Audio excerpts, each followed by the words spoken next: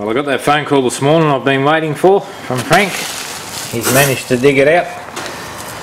This is the generator we've been talking about on the forum, and I actually managed to come across this whilst having a little stay in hospital, and just so happens the old guy in the same room as me has a whole lot of stuff, and this is something he had buried in his shed that he has donated to me. So a little bit about it. It's called a charging set. The model is a BD-12-BDC Pioneer Jenny motor. It is only a 15 volt one, 20 amps. I thought it was 36, but it's not. It's 15 volts. So on the front we can see we have 4 brushes, 2 condensers. They are most unhappy.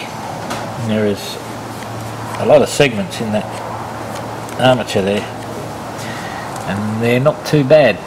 Look pretty good. A bit of a clean up and they'll come up really nice. We have a control box on the side which has this little knob here that turns left and right. That is actually hooked to a wire wound pot. Very heavy duty one. Get a bit more light in here if we can. Down the bottom right hand corner of this one here, this is some sort of transformer with very thick wire on it. This little gizmo here with this set of rusty points on the top is wound with very heavy gauge copper wire. I'm assuming it is some current overload protection switch, probably works on heat. There's another box down here, I'm not really sure what that is. That may be a voltage regulator. There's a solenoid on the side here, which on the other side has a button you push, and of course our battery hooks up to here, these 2 points here, negative and positive, and there is a little condenser down there as well.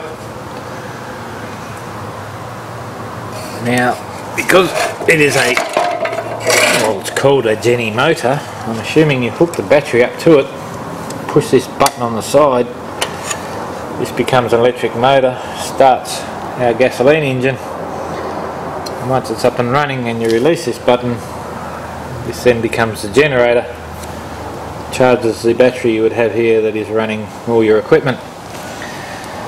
So this little thing here I believe is actually a motor and a generator all in one, thus being called a Jenny motor.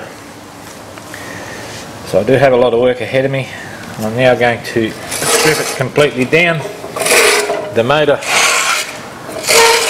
is most unhappy, piston is seized, and we have a big clunk in there, which means to me the big end may have seen better days.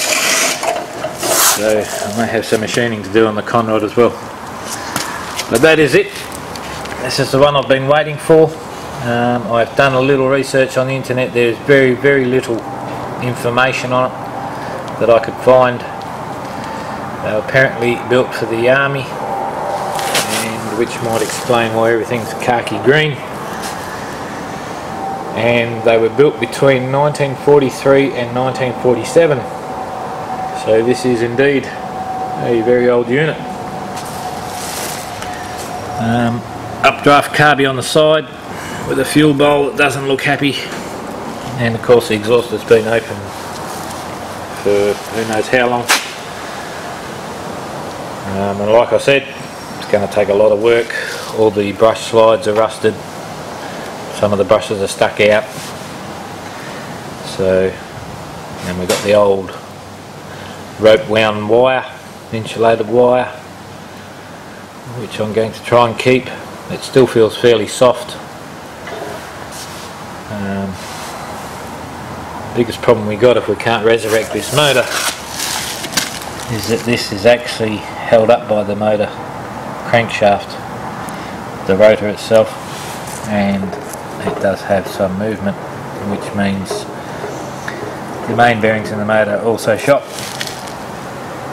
But let's strip it down and see what we can do with it. It'd be nice to get it going again.